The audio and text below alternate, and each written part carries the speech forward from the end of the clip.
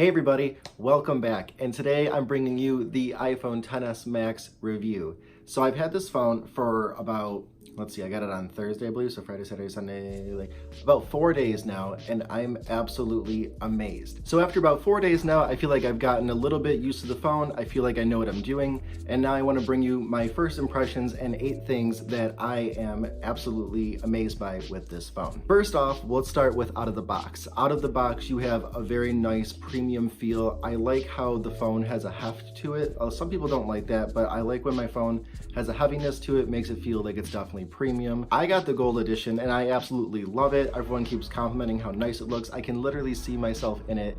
And by the way, the video you're watching right now is being recorded on the new iPhone Max. It is recording at 4K 60 frames per second, which is absolutely stunning. And so far from what I've seen, it looks amazing. So I wanted to give you a real world test and film my first ever video on not a DSLR, on an actual camera phone. And the audio is being recorded by the iPhone as well. I may actually like the sound of this recording better than I do of my other videos. So let me know what you guys think of the video quality down in the comments below. Is this better than my regular DSLR? Should I stick with this one, or should I go back to recording with my actual camera? So yeah, let me know down in the comments below if I should continue recording on the iPhone with the 4K 60 frames per second, or if I should go back to the camera I was using before. I think this one is pretty impressive, to say the least. So yeah, camera quality is obviously great. I'll insert some pictures that I took, mostly selfieing me and my dog.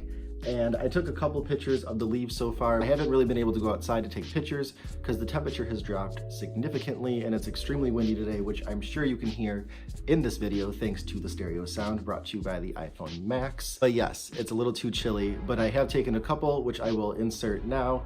And I can say that the camera quality of this phone is really, really good. I'm actually really shocked. I didn't think it was going to be anything too amazing, but it turns out that it's really good, and I think these cameras show. I'll definitely do some more testing. If you guys want to see that, let me know down below, and I'll definitely do a full-on camera test in the coming days when the sunshine will be out and the temperatures are a little bit warmer. Moving on from the camera, the first thing I fell in love with this phone was the display. I was nervous coming from the Note 8 because the resolution in this phone is less than that of the Note 8. But I can tell you that the HDR in this phone, coupled with a stronger than 1080p display, albeit not a 2K display like most of its competitors, it looks absolutely stunning. Colors look so natural, and I know I've heard a lot of people say that before, and I was like, well, natural, I want things to look vibrant, but this looks vibrant, sharp, HDR, everything. It looks stunning, and things that support HDR content like YouTube look absolutely amazing. I was so shocked. I was showing all of my friends. We were all like blown away at how good a phone can look, especially one with technically a lower resolution, like I said. But don't let the numbers steer you away. The display is gorgeous. If you haven't seen one in person, I highly recommend it before you go making a decision about it. The next topic I have for you is fast charging, and while I place a lot of shame on Apple for this one, a $1,000 plus device should definitely come with a fast charger. Come on, Apple. You've heard it from a million people now. Next year, please. I mean, like, that's ridiculous. $1,000 whatever. Regardless, I already had a fast charger thanks to having a MacBook charger in my house already, and I purchased the $19 cord for that charger. I was like, you know what, for $19, I'll give it a try. If it's not worth it, I'll just return the cord. However, I'm very impressed. I thought the charging on the Galaxies was fast with their fast charging, and it is, but this is otherworldly fast. And it does charge 50% in 30 minutes guaranteed, but sometimes it's even faster than that. The other day I plugged in my phone for 10 minutes one time and it gave me a 28% boost. And then another time I tested it for 45 minutes. It went from dead off to 79% in 45 minutes, which is really, really impressive. And it was totally worth the $19 purchase. If you don't already have this charging brick, it's going to be about $68 because I believe the brick is $49. Again, shame on Apple for not including it. But if you need those quick juice up moments, it's definitely worth it. A 10-15 minute charge can get you 25-30%, if not more. It's really impressive.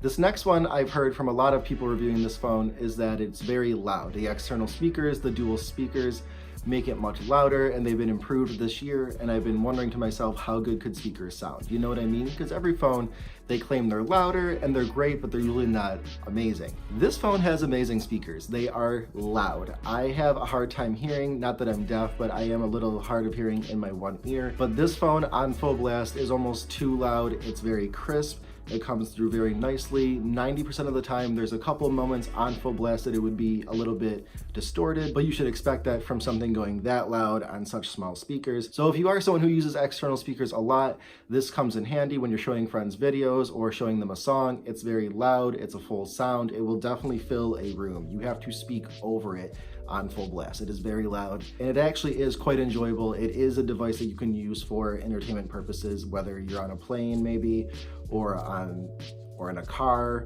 You can definitely use it as a media device now that's easy to hear in otherwise not so quiet locations. Something very important to me when picking out a phone is how the battery is going to last. And this year, Apple has done something very, very great with their battery.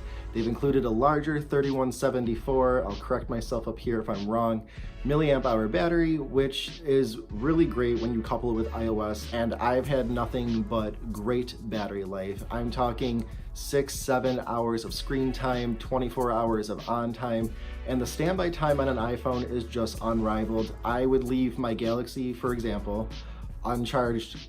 Like if I were to leave it unplugged overnight, it would lose about 11-12%.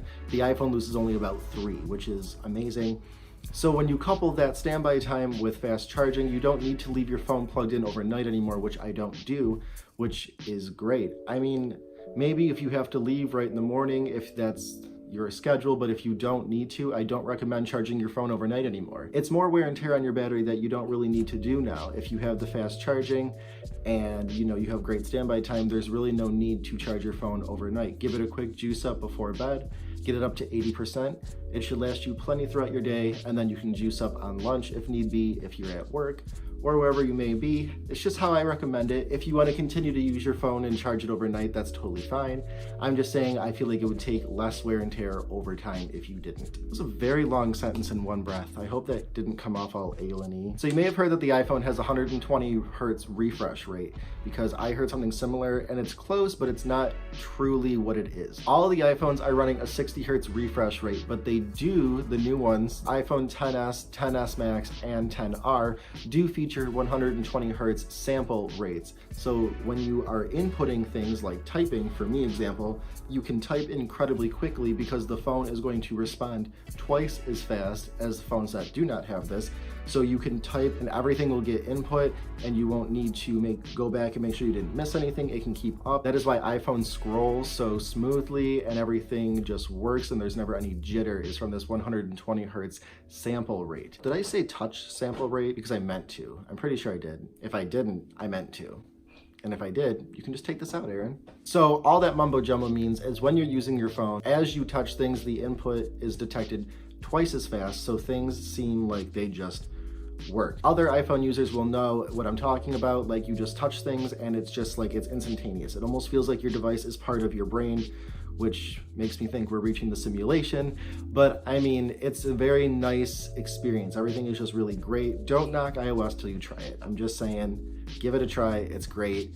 I have used both. There's this constant debate, Android versus iOS. They're both amazing. If you're still arguing it to this day and you can't see that they're both amazing pieces of technology, you're kind of lame and it sucks. But it's still funny to watch people complain and have their little fights. But they're both great. But I'm just saying, if you haven't given iOS a try, give it a try, because I don't think you would really be that disappointed. Maybe there's things that it's missing that I don't need, but to each their own. However, we're not gonna leave without talking about the notch. You didn't think you would get this review without a notch, did you? Because you got the notch. So here's the thing. A lot of people hate the notch. I thought the notch was incredibly stupid, still kind of do, but the design of it is kind of ugly. But then when you see it in person, especially on the Max, like I have, the amount of screen that is notched compared to the rest of the phone, you're not even looking at it. Like, I don't notice it. And if I'm watching videos, my thumb kind of covers up that area anyway. And I don't know, like, it just doesn't bother me that much. And then, so I get the phone in person and I'm like, okay, it's not that bad. I'm not really noticing it and everything. And then I realized what Face ID is. I'm thinking it's just another facial scanner. And like, even though I understood how it worked, I still thought it was gonna have its flaws, but it doesn't. It just works. There's no delay.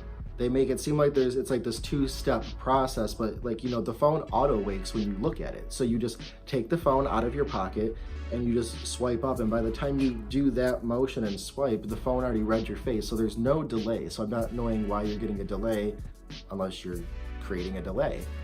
And second, it works in pitch black. Like my bathroom in my bedroom is like an ensuite, so when I close the door, there's no windows, so it's literal blackness. And this phone can read my face and it unlocks instantaneously in complete darkness, which is so cool.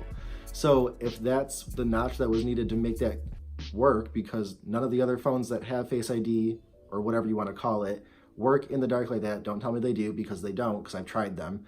So to have the little bit of notch to make that work, I appreciate the notch now. I think it's kind of cool. Keeps the two things on the top separate. I kind of realized, you know, that was never a usable space in your phone. Anyway, it's always been a notification bar, but like now I kind of get extra screen real estate when I'm not using it as a notification bar. Do you know what I mean? I don't care if I sound like a sheep. It's really not that bad. If you were to use the phone for like an hour, you forget the notch is there. I promise you do. So if that's something that's making you not want to get the phone, just get it. It's not that bad. And if you really, really hate it, 14 days, you can return it with pretty much any service provider. So there's no risk. So if you're afraid of the notch, don't be afraid of the notch. I had a lot of coffee, so I was amped for this video. And I'm amped. I hope everything looked good. This is my first time making a video without a viewfinder, so I've literally just been looking in the shininess of my phone and hoping everything is working and hoping everything is recording and in focus, and I'm trusting my iPhone that it is. So if you guys liked the quality of this video, liked how it sounded, it all came from the iPhone XS Max. I just refer to it as the iPhone Max. It's quicker, it's, you know, there's only one. So if you liked the quality of this video, the sound, that's what you would get if you got your own. If you liked today's video, please give it a huge thumbs up. Hello, I'm back, friends. Hello to the new subscribers have been gone. I've been maybe planning something. I haven't just been taking the 2 weeks off and not doing anything, so something might be coming. So if you haven't subscribed, go ahead and subscribe down in the corner down below. Like the video, like I said, if you liked it, leave a comment. If you have the phone, if you don't have the phone, if you like it, talk about Android, iOS, go crazy in the comments, whatever, and I will catch you guys in my next video, which will be pretty soon. All right, guys, catch you later. Bye.